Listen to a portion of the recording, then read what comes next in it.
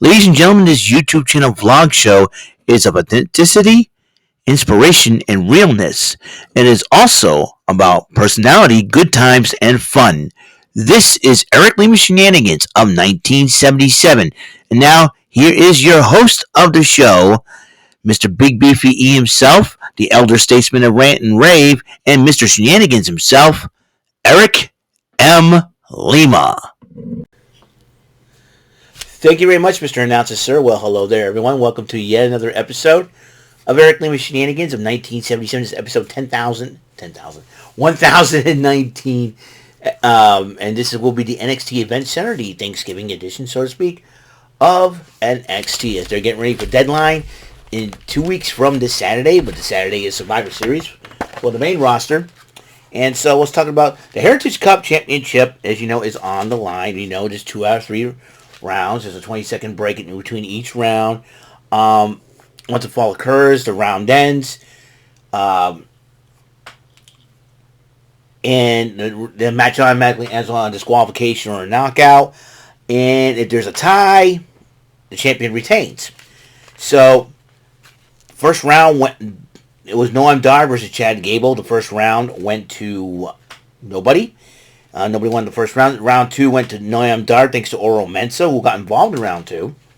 And then rounds 3 and 4, nobody won that round. Nobody won those rounds. And then round 5, Chad Gable tied it up in quick fashion. In round 6, nobody won, but since it's a draw, Noam Dar does retain. But a little confrontation between Mensah and Lash Legend, Oro Mensah and Lash Legend, versus Otis and Maxine Dupree. We might see a mixed tag match between those two teams. We shall see. Then you got... but then JBL has chosen Carmelo Hayes to face Josh Briggs and Blair Davenport and Thea Hale in a Iron Survivor Challenge qualifier matchup. I'm sorry, I'm distracted by the TV, the magical holiday celebration, and they're doing the question round for Press Your Luck. So anyways, so that's Tony D'Angelo and Stax was surprised, had a surprise dinner organized by their manager, Adriana Rizzo, and for celebrating being 2-time tag team champions. And then they were supposed to have the women's title match with Xia Li, Blindside Valkyria before that matchup. So instead, they had Idris No Favor and Malik Blade versus Angel Garza and Roberto Carrillo. Roberto Carrillo and Angel Garza did win that matchup. So that's really cool. Brooks Jensen and Fallon Henley were talking to Josh Briggs as they're getting them hyped up for the... they're getting them hyped up for the Iron Survivor qualifier against Carmelo Hayes. So that match started, and this was a heck of a matchup until Lexis King got involved, distracting Carmelo Hayes. Josh Briggs capitalized on it, did a moonsault for a big man his size, doing a moonsault, impressive. Ended up picking up the victory over Carmelo Hayes. And then Mackenzie Mitchell interviewed Live Valkyria. And Mackenzie Mitchell goes, "No, this match is still going on. I ain't backing down from Xia Li." Basically, that's what's going to happen here. Then Von Wagner visited the Stones, Robert Stone and his lovely wife, and their 2 twin sons, for a dinner.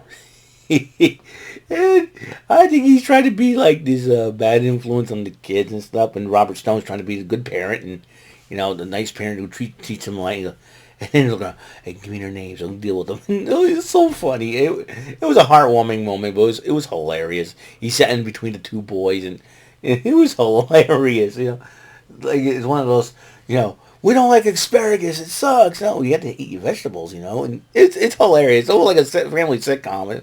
It was great. I love it. You know, Robert Stone, what a guy.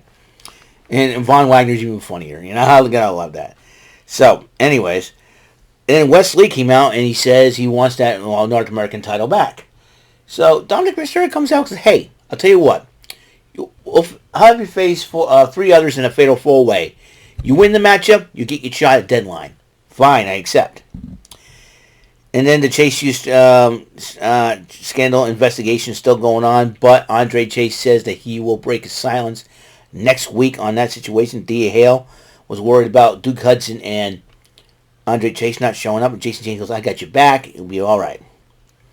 Briggs was celebrating the victory, and then Tiffany Stratton's like, "Well, that was good. How oh, so, fine, toodles and all that." So I don't know, a little tension. I don't know what's going on. And then Briggs and Jensen and Henley show up and say, "Hey, congratulations, you did, man." And then Henley was like, "What's that all about?" "Yeah, that's nothing, I don't know, we don't have to worry about it." So there's that. Then they had the women's Iron Survivor Challenge qualifier, Thea Hale versus Blair Davenport. And Blair Davenport ended up picking up the victory. So there's that. And there's an inside look between Baron Corbin and Ilya Dragunov, how Ilya Dragunov has been living his life here in America, and how Baron Corbin's been living his life. Eddie Thorpe went one-on-one with Charlie Dempsey. It was a heck of a matchup. And then Eddie, again, great matchup between these two. And Eddie Thorpe picked up the victory, but Miles Bourne, Drew Gulak, and Dempsey attacked Thorpe after the match. So it's like, okay, Thorpe's going to need some backup against those three Stooges, or the fourth Stooge, you count Damon Kemp, but he was not there. The family continued to celebrate, and each person was given them money and all that. Then as they continue to celebrate, and then Adriana Rizzo goes, "Yeah, we want to clean up. You want to take anything home? No, you take it all home. You deserve it. You've done this for us, right?" So as they go out, they got jumped by Garza and Carrillo, and then they said, and then he goes, and and then the rest of the family's friends come out and say, "Hey, what's going on? You okay?" "Yeah." They want the matchup they got, so next week the tag team title match will be on the line. Ariana Grace addresses Carmen Petrovic and then tells and disrespects the WWE and the NXT universe as well. "Oh yeah, you're a fake one there, Ariana Grace. Everybody's a winner, everybody's happy." "Yeah, right. Your daddy would be disappointed in you." Check it out though. Then next week, Wesley will have to face three former NXT North American champions: Cameron Grimes, Bronson Reed, and Johnny Gargano. And also Jerry the King Lawler with the final Hall of Fame will choose his four NXT superstars, 2 women and 2 men, for Iron Survivor Challenge qualifier match. And so qualifier matches. And the NXT Women's Championship match, Lyra Valkyria versus Xia Li. Lyra Valkyria has won the match. Lyra Valkyria retains her title. What's next for Lyra Valkyria? I think she'll have to wait the winner of the Iron Survivor Challenge to get her shot. But remember, Lola Vice has got that breakout tournament contract that she could cash in at any time. So be well aware of that. So that's all the time we have on episode 1019 of the show. Tomorrow we got Wild Wednesday, the Wild Wednesday before Thanksgiving, and we get the fallout from for Full Gear for AEW Dynamite. So I will see you guys later. And until the next episode comes rolling around, Mr. Announcer, take us home.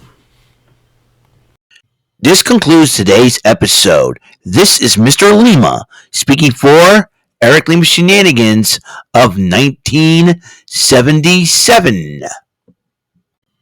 A big beefy E, do it for Bob Saget Productions, and in association with A Raven Bova Telepictures and Distribution.